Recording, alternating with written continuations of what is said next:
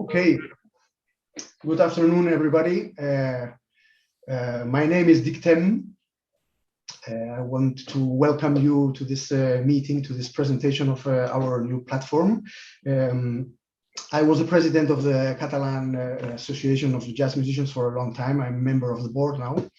And first of all, I would like to thank a lot Rosa Galvany and all the team of Jazzahead for giving us this opportunity of presenting our platform, which we are working on with a lot of illusion and a lot of time. And we're going to mainly discuss and speak about three things. First of all, we're going to explain how we formed and how this whole movement began and how it is growing. Then we're going to speak about a survey we did in order to get information from musicians all over Europe about the consequences of COVID in their professional lives. And the third part is we're going to speak a bit about the future, about what do we plan, about what we want to do with our platform, and then we want to we will organize so that we have a bit of time in order to answer questions if anybody of the public wants to ask any question. So I'm going to present the speakers, who is going to speak for us. First of all, Urs Johnen from Germany. He's the managing director of the German Jazzunion. Urs Johnen, hello Urs, how are you? Everything okay? Hi. Hello, thank you for being here. Thank you. Next, Dr. Pedro Cravinho from Portugal. He works for the Birmingham University City, but he is as well a co-founder of the Portuguese Jazz Network. So he's the intellectual of our group. He's the person responsible for our intellectual block. And then I'm going to introduce you to Fleurine Mehldau, who is the president for a couple of months, really, of BIM in the Netherlands. And the four of us are going to try to explain a bit who we are, what we want, and why we are here. Okay, so maybe Urs, you want to begin explaining a bit how this platform begin and who forms part of it and whatever. Thank you. Awesome. Thank you, Dick. Thank you for inviting us. Hello to Barcelona. Buenas tardes, para allá. Of course, it's a pleasure to have the opportunity to present our idea of a new network for jazz musicians in Europe on that platform in Barcelona. Yeah, when the crisis started last year, maybe it was March, April, we thought we have to take advantage of the new way of communicating via Zoom and other digital media and getting more in touch with other associations all over Europe.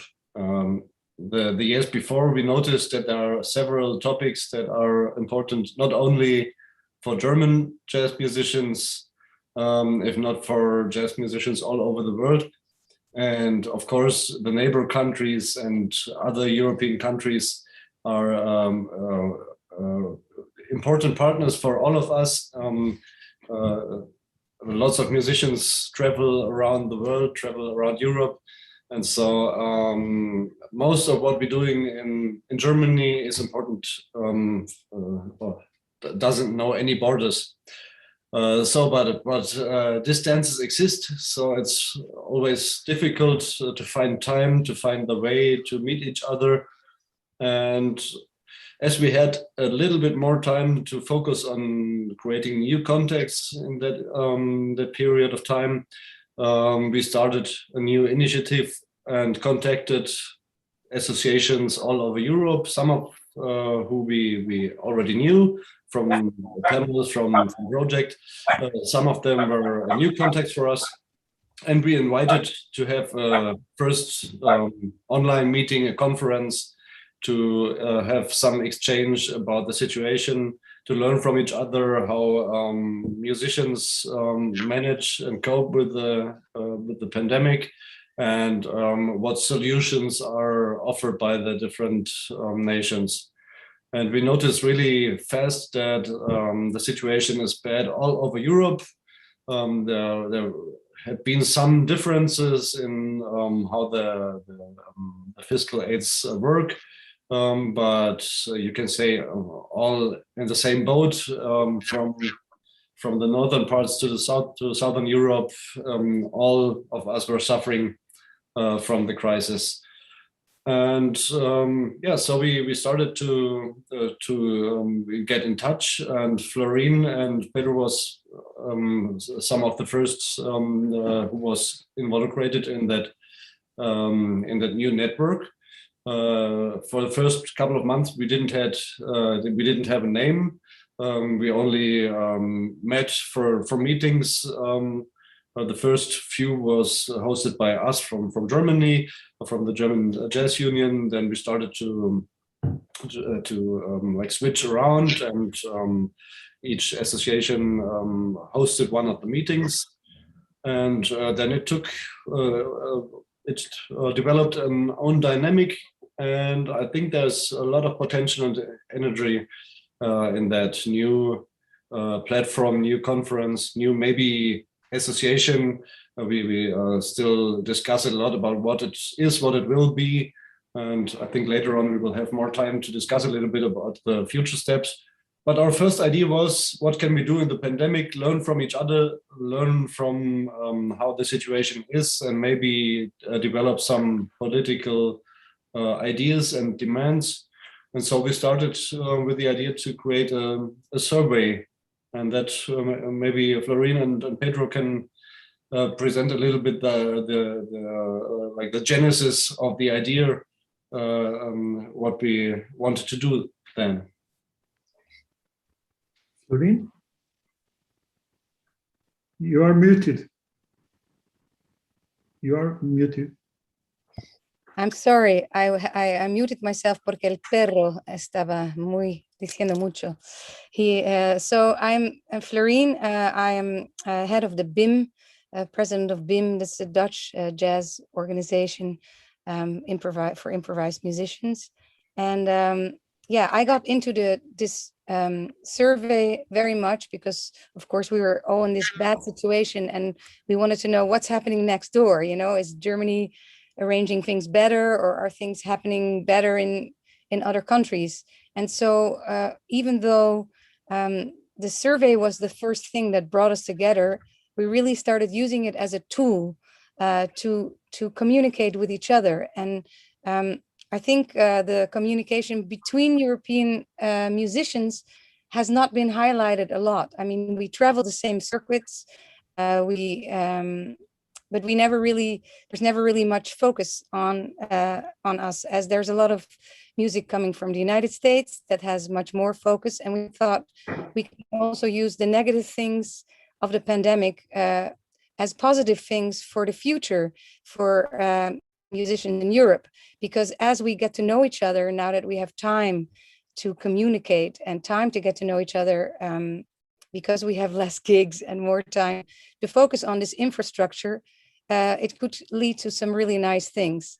So yeah, it started as a survey and a tool, and it had 5 main countries that started the tool, which were France and Germany, of course, who initiated the whole survey, and then Switzerland, the Netherlands, and Austria, I think.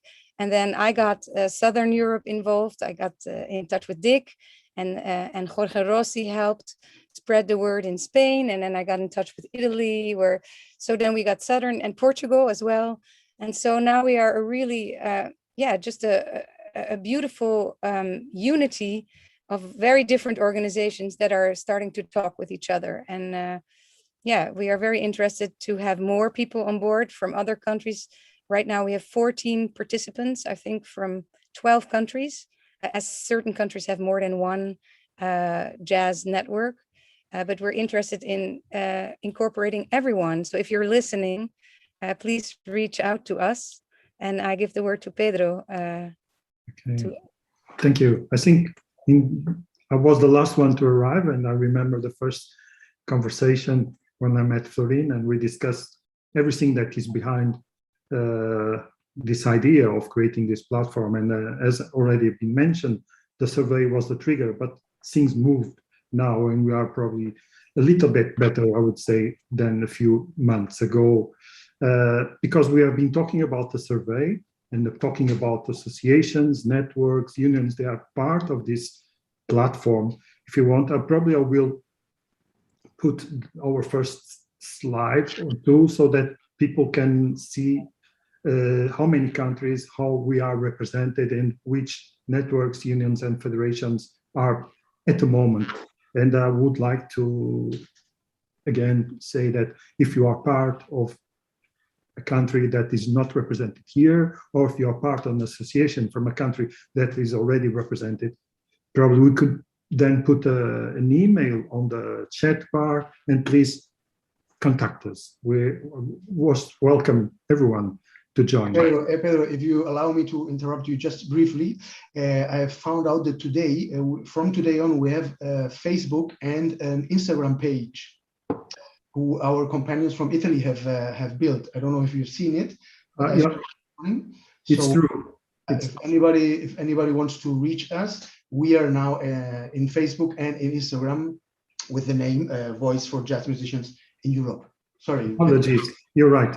There was a lot of emails exchanged last evening, and you're right. Absolutely. Michaela and Anis were very active on this. So big thank to Italy. So should I share my screen now so we can see how many countries, the way we are represented, and then we can start this. Maybe Pedro? Yeah. I add some two thinkings.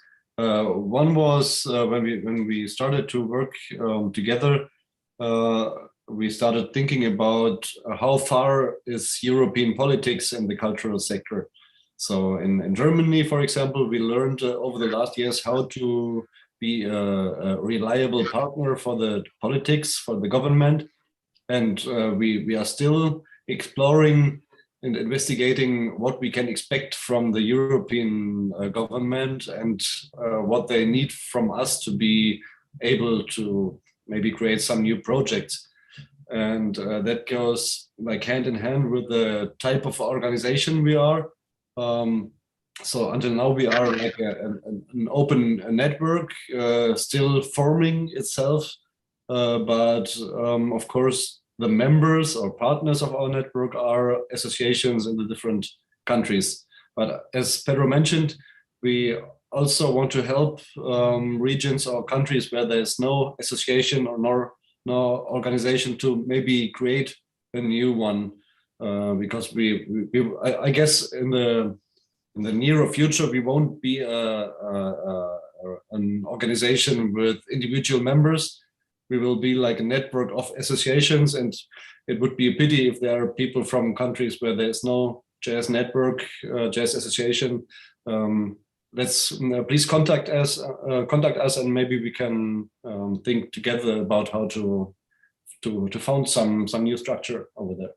Yeah, it's a very good example. We had Greece coming in. They had no official structure yet, but they just wanted to know what it was all about. And you can just attend our meetings if you're from a country that has no jazz association. And we have to be very careful to make the distinction, because you just said network, but there is, of course, a European jazz network. That network is more from the promotional kind of things for festivals. And our union is more, or I shouldn't be careful with the wording, but our unity is more about the jazz musicians connecting and communicating and helping jazz musicians. Yes, absolutely. Okay, so I will now show, and hopefully we can see, you can see in your place. Can you see it? Yes. Yes. Oh, sorry. So as you can see on the bottom here, in the footer, there are the logos from the members that were part.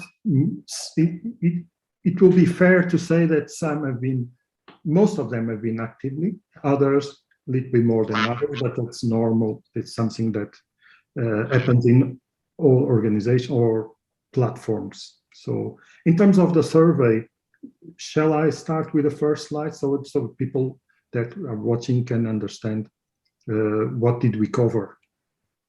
So there were 1,500 participants from 23 countries. And here, this map to some extent, it's good because it can show some areas in Europe which we don't have much knowledge about their jazz in terms of having a union or a network or a federation in this platform. Others, they have been active. You can see Germany, you can see Netherlands, Italy, others with less, but that's normal. Things must grow. And there is a lot of potential. If you live in one country that you don't see any, as my colleagues already mentioned, please contact us. Yeah, and it was also only for professional jazz musicians. So sorry? That's maybe good to explain, that only professional people who make a living playing jazz could participate.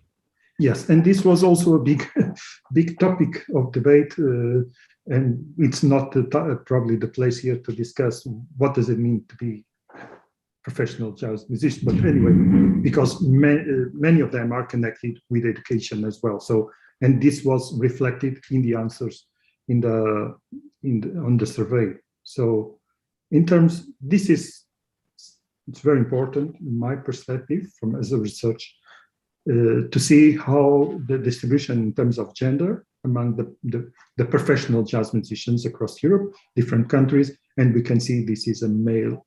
Still, there is still a lot of work to do, try to achieve kind of a more gender balance in terms of representation for the different scenes.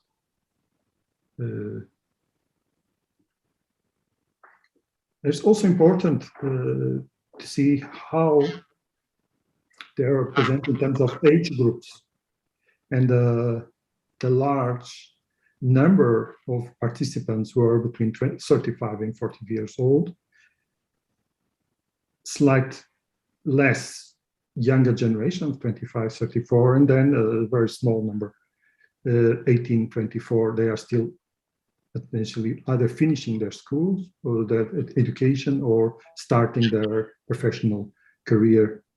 For me, as a researcher involved in this platform, it was interesting to see the tiny ones, which are between 65, 74 and over 74, which are still active, which this is very, very interesting. And we should think about how can we then support those two groups. But it's a famous, jazz musicians never retire. They just don't. You're right. I mean, maybe they can't. Well, maybe they can't, but they won't. I mean, I was, unfortunately, he passed away during COVID, but I was in the year before that still playing in New York with Lee Konitz, and he was like 92 years old. And he had stamina for like a young guy. So it's really great because our profession is also our passion. So we're not going to retire if we can avoid it. Yes, it's interesting. Okay, let me see if I can move forward. Okay. Oh. Yeah, so we ask about the activity as a jazz musician, the main activity. And of course, most of the colleagues who answered the questionnaire are at first sight performing artists. 73% are performing and 24% are teaching. And there are 3% of other professional occupations like working in the copyright sector, merchandising, composition, sponsoring, where I find composition is the most artistic topic. So it's closest to the idea of performing artists, but maybe there are as well other really important works, a professional jazz musician. has to do in his work life. Yes.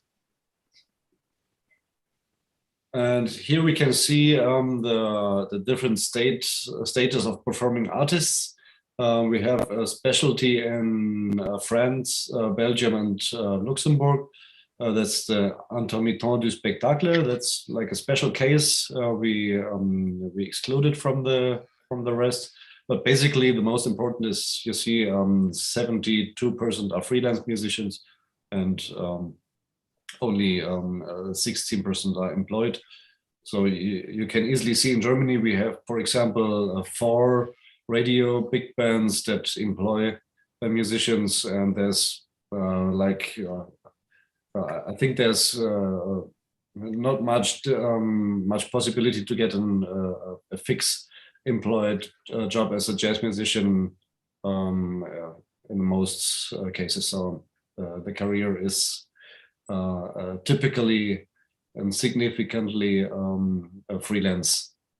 And this is also where we really differ from classical musicians, big time, because they have so many more orchestras, and I have so many friends who are classical musicians who just had, were kept being paid by their orchestras. And so jazz musicians, since we are three quarters freelancers, we got hit way harder by the pandemic. Yes, I think I should highlight that this data was collected between December 2020 and March 2021. So it was during this period that we are focused, and it's important. So I'm still with that slide, right, Pedro? I moved to now part-time, full-time, and other. Can you see? Yeah, I see it. So the employment status that's the second chart of the employment status of performing artists, and astonishing 84% of the answering musicians are full-time musicians. Some of them are like 12% are part-time musicians, and we have 4% of others. Pedro, do you know what are the others in the employment status, like a mixture, or what are those? It's a mixture of different kind of activities related. So you just mentioned the small percentage in the previous slides. We could by different activities, and we represented here in the 4%. Yeah, it's quite a still already had some months ago, so I have to confess that that detail I didn't have in my. No, it's interesting because we just said only professional jazz musicians could participate. So I had the exact same thought as you, like, what are the others? Yes, and that's why probably I'll raise, ironically, the question in the beginning: what does it mean to be? But that's a good question. We in Germany, each time we want to focus on surveys, or as well if we think in who we represent with our association, maybe it's the same in all the other countries. It's really hard to describe what is a professional jazz musician, because it's not only because he or she earns their money with that profession. Maybe there are really professional musicians who are in a situation that they get their income from another job, but the nucleus of being for them may be the jazz music. So who will judge about being a professional jazz musician or not? That's why we asked the people as a first question, I think, do you consider yourself as a professional jazz musician? And that's the base of all we examine. I think it was for purpose to bring this discussion to trigger the discussion, because you just highlight something that some colleagues or professional jazz musicians, their main income comes from education. So there are many examples in different countries. So this is a good example. Fleurine, would you like to? So here's the impact on creative work during the pandemic. So a whopping 58% of respondents said it was worse. And many people were surprised about that, because people that are not musicians, in my case, would say, oh, you must have so much time now to write new songs or, compose, or, but I completely am with the 58% here. I couldn't get anything out of my hands because I felt like without the urgency of being able to perform and without gigs in my agenda ahead, I just wasn't that inspired. So most of people seem to agree with what happened in my case, but there were 23%. I'm sorry, there's a helicopter coming over here, so I hope you can still hear me. 23% of people that said that they were actually better off during the pandemic. So they did use their time wisely and they were able maybe to create new work. And then there was 19% who I also find curious, who said nothing changed. So I'm curious about those people, but at least this is the answers that we got on the creative impact. Yes, and together with the impact on creative work, we also ask about impact on personal life during that period. And to some extent here, it's related with the previous slide, which majority of colleagues who professional jazz musicians acknowledge it was worse, the impact on their personal life. Still 90% nothing has changed, and a small percentage that things improve. So it's also interesting to go deeper in the future. Oh yeah, now I remember, I think that the 19% we came to that conclusion must be the teaching musicians, because if you had a steady job in a conservatory and that was your main income, then I can understand that.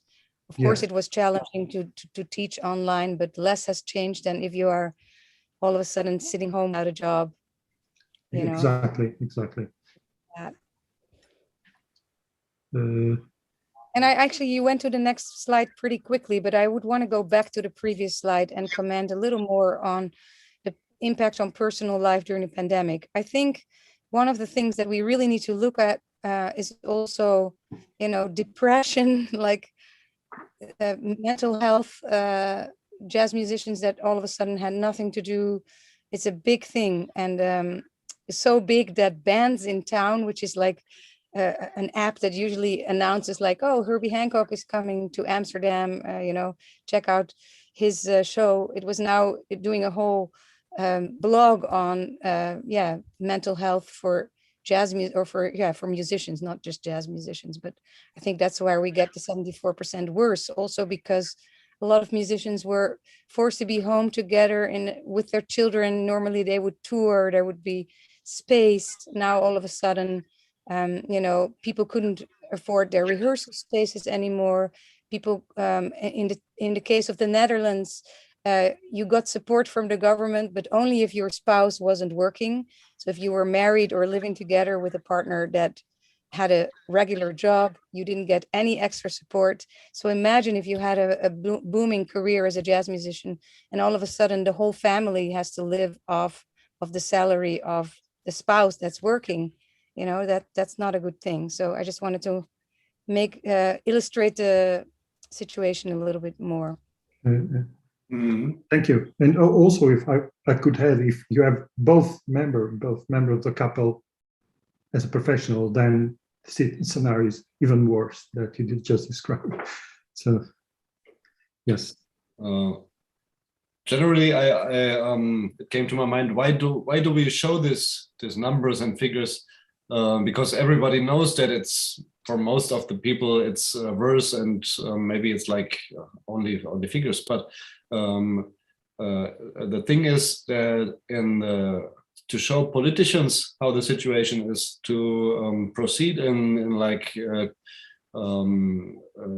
designing new funding instruments, new ideas of how helping musicians in the crisis.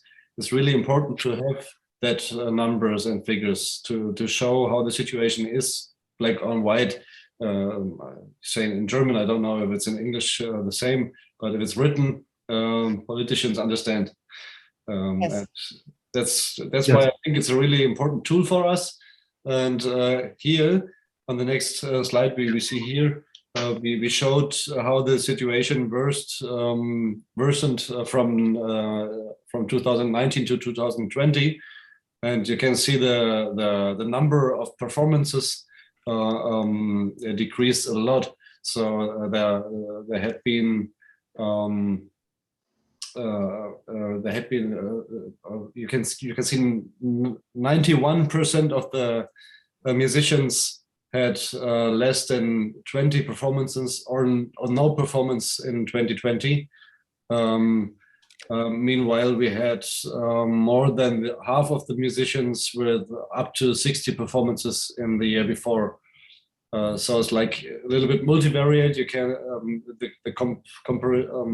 the comparison is a little bit difficult because we have different percentages and different numbers of performances. But what you can see is that it's a lot less.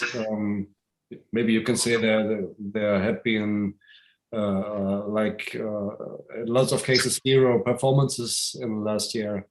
Yeah, and we're planning to do another one in the fall or towards the end of this year to see how it compares, so we can show the numbers and hopefully include a lot of European and other European countries as well. So I just want to reiterate that if you're watching this and you're not yet familiar with our very new organization, our very new initiative, Voice for Jazz Musicians in Europe, please contact us. Yes, it's important to have those voices that were not represented here in our next survey. This is a reflex from what we have been discussing. So in terms of their impact on their economic situation, again, small percentage, nothing has changed, and very tiny percentage were better, but this is a very negative scenario with 86% that were strongly affected on their economic situation during the pandemic because of the absence of activities as a professional musician. For us, this was at least important to understand when we asked if they have already changed job during the pandemic or they were expecting to change job. And as you can see on the figures on the bottom, during 2020, 5% have changed their job completely. 23% have to find a complement. But then they were predicting a supplement. Supplement, yes, a supplement.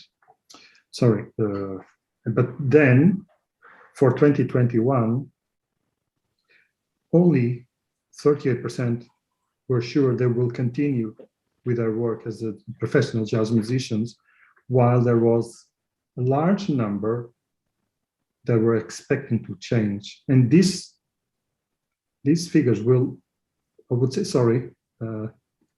will dramatically to some change the European jazz scene, because if you reduce almost 70% of musicians, it become in a danger of a next activity that will be extinguished in the mid-long term if there are not measures in place that can support those musicians or which are also connected with other performing arts, of course, during a period like a pandemic. Yeah, so during Jazzahead in Bremen, we also presented a showcase and we invited people from the European Union, the head of cultural affairs, and we were trying to gauge how possible it is for us to receive funding, because we have to really underline our own importance, the importance of the European jazz culture that has been a vibrant scene and it needs support. And so it was very informative to talk. We talked with them during the panel, but I think the most important part of the conversation was right after the panel when we were not really online anymore. And they were explaining to us some ways to, get to the funding part. Yes. for the European funding, which is very interesting for future perspective, because we should not give up, and we should, I mean, our personal situations are very challenging, but we have to find a way to keep the art form and the infrastructure alive. And I think a survey like this, as Urs already mentioned, it's crucial because it provides evidence to the arguments we want, or at least sustain the arguments. So that's why we dedicate so much time and involve a lot of effort producing a survey that covered 23 countries and 1,500 musicians. Yeah, and what Pedro is saying, it's very important, and I really understand. I mean, we had to really ask musicians, like, please, please, please participate. And I can understand very much that musicians are tired, like they don't want to fill in another survey about how bad things are going. But on the other hand, what Pedro just said is super important, because if we don't have the numbers, I know there's much more than 1,500 jazz musicians in Europe.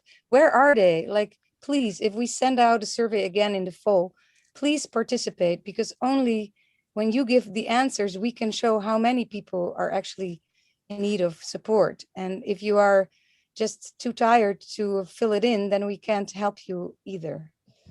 I don't know, I don't want to sound harsh, but it's important that you take time to fill in the survey, because that's all we have to show to organizations like that is our power lies in numbers. And right now we feel like we have already gained some momentum, because we are getting stronger as we added all of Scandinavia, you know, all of middle and Southern Europe. And yeah, we have to grow and underline what we are about, and make sure that jazz is able to thrive even in the, or well, thrive is maybe too much to ask under the current conditions, but at least that not many people are going to change their jobs. That would be a terrible thing. I think I would have, not only for those inactive at the moment, but also to create conditions that younger generation might continue this activity. So this is also present and future. I know this will be part of our conversation later, but only with strong arguments that we convince, at least try to do some, influence some changes. Without providing strong evidence will be very hard. I totally agree. So, Pedro, excuse me, let me interrupt you, please. Are there still a lot of slides to show about the survey? No, just two. Two more, great, because we are almost running out of time, and we might need a bit of time in the end of our presentation for answering questions. So, okay. Please. Okay. Being the policeman. It's really quick. It's self-explanatory. We can. It's 56% of received financial aid and 44% not. We can go to the next slide. And that's where we're finishing with this. So from everyone that took part on the survey, they all believe that it's important to have a united voice of jazz musicians in Europe. So that's one of the mottos of this platform. And as we already mentioned, it's important to hear those voices spread across Europe. So that was our last slide. Dick?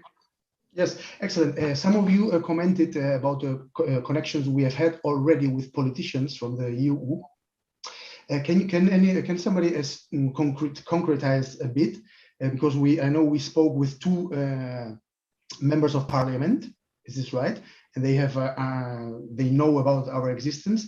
Can any of you or some of you explain a bit concretely with whom we've spoken and what we spoke with them?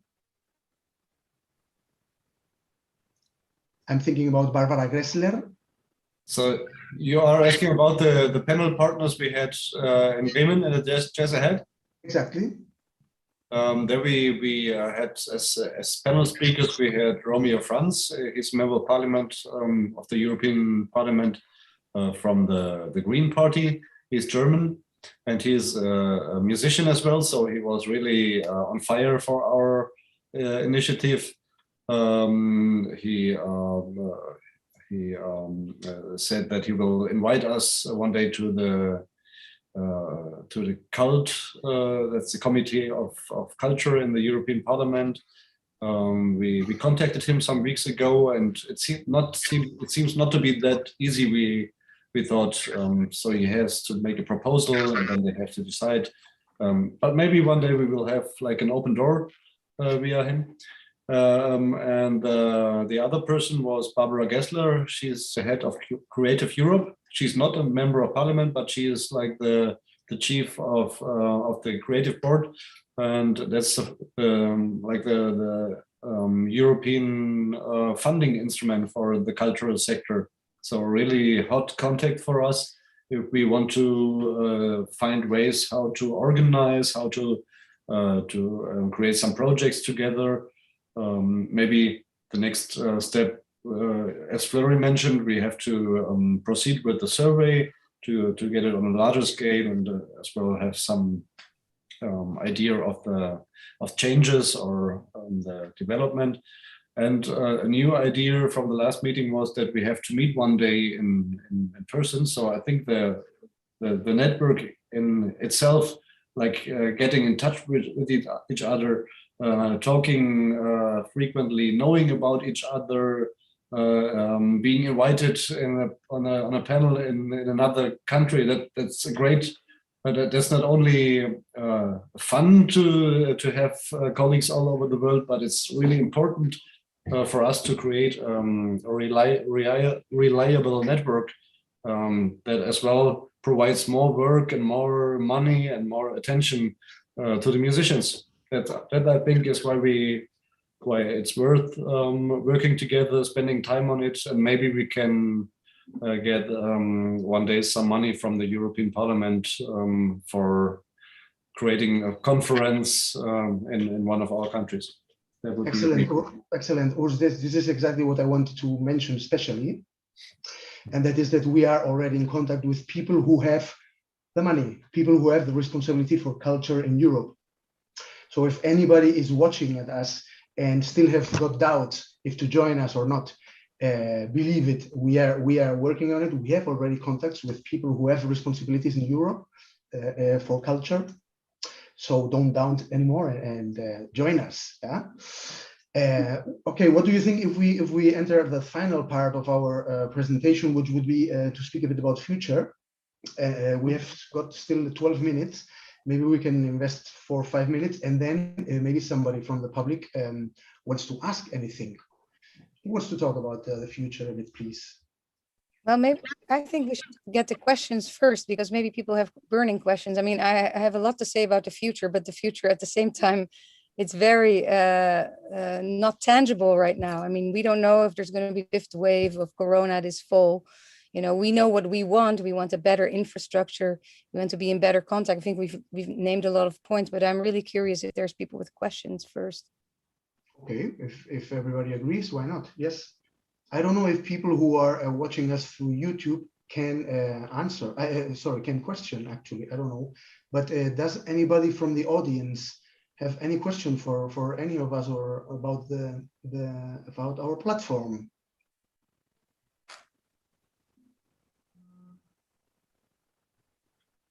Somebody is standing up, coming close to the screen. To the microphone. Yes. Hi, everybody. I'm Guillermo Mehldau from Barcelona. Oh, hello, Jazzunion. Yeah, just my question was about the next step of this network. So I wanted to know just about the future. What are your plans and what are the next steps that you are thinking of now? Thank you, and thank you very much for all the work that you have done so far. Thank you. Thank you. I think it's connected with your question, Dick. So it's Great minds think alike in Barcelona. Mm-hmm. Well, Guillem is the president of the Catalan Association of Jazz Musicians now. Okay. Okay.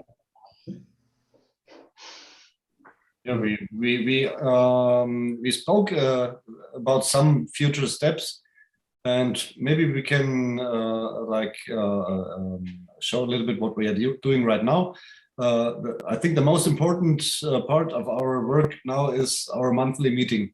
That's we have like once a month we have a meeting and are conspirating about the future steps. So that's what basically is our platform.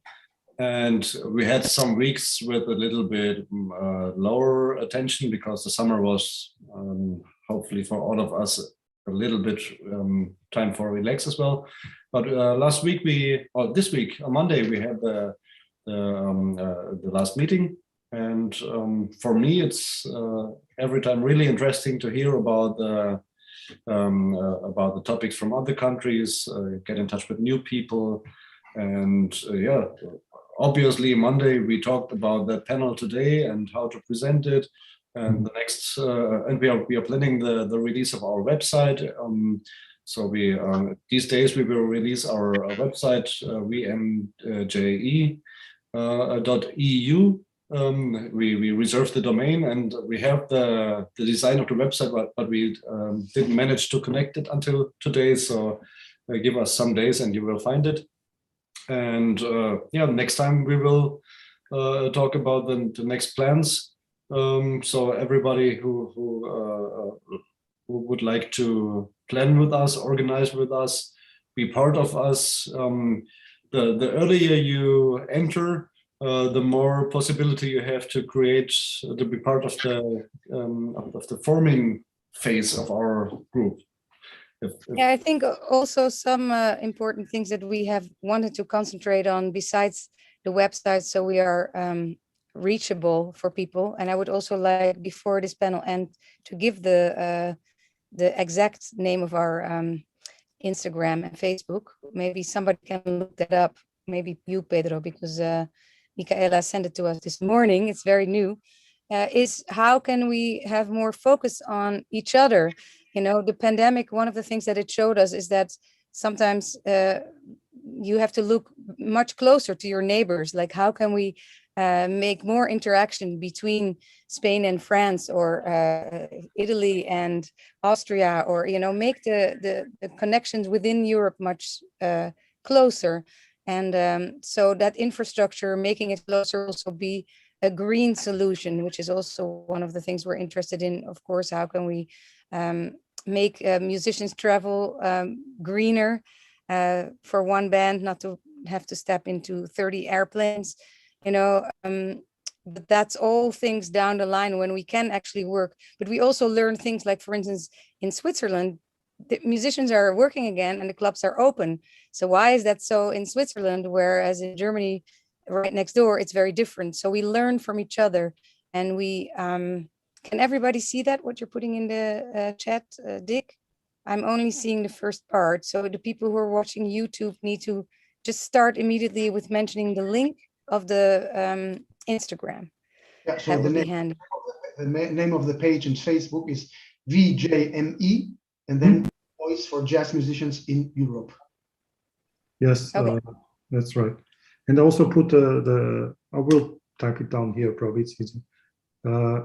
As a complement, I think there are some internal issues that we need to tackle, and already we are working to finalize our mission statement, and also how we're gonna proceed in terms of new projects that will allow us to understand how the different scene, or the different scenes and the musicians living, so the living conditions.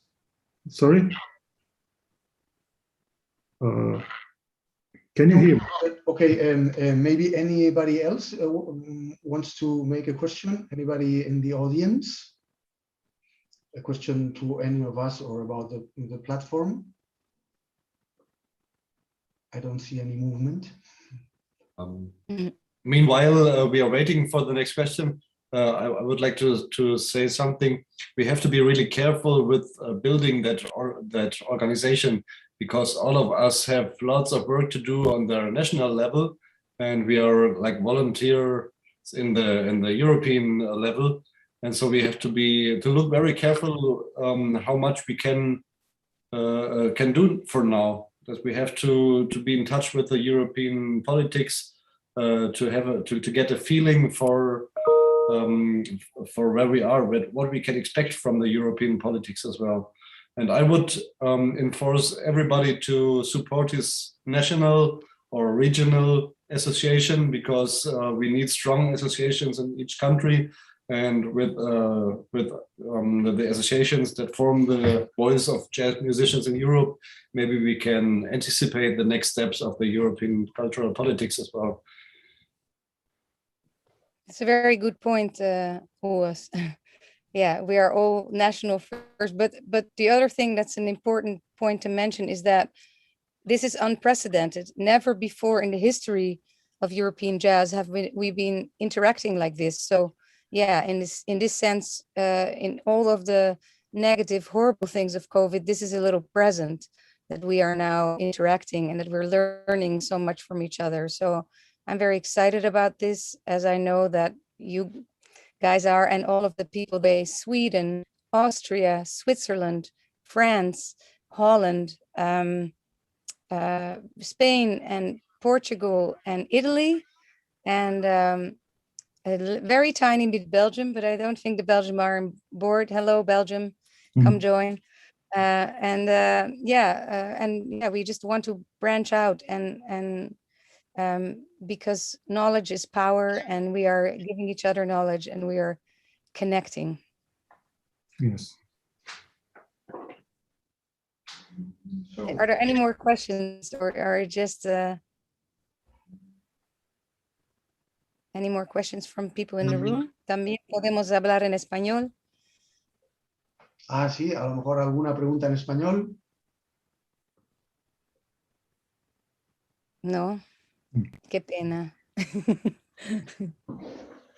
Okay, well, then I think we can finish our presentation.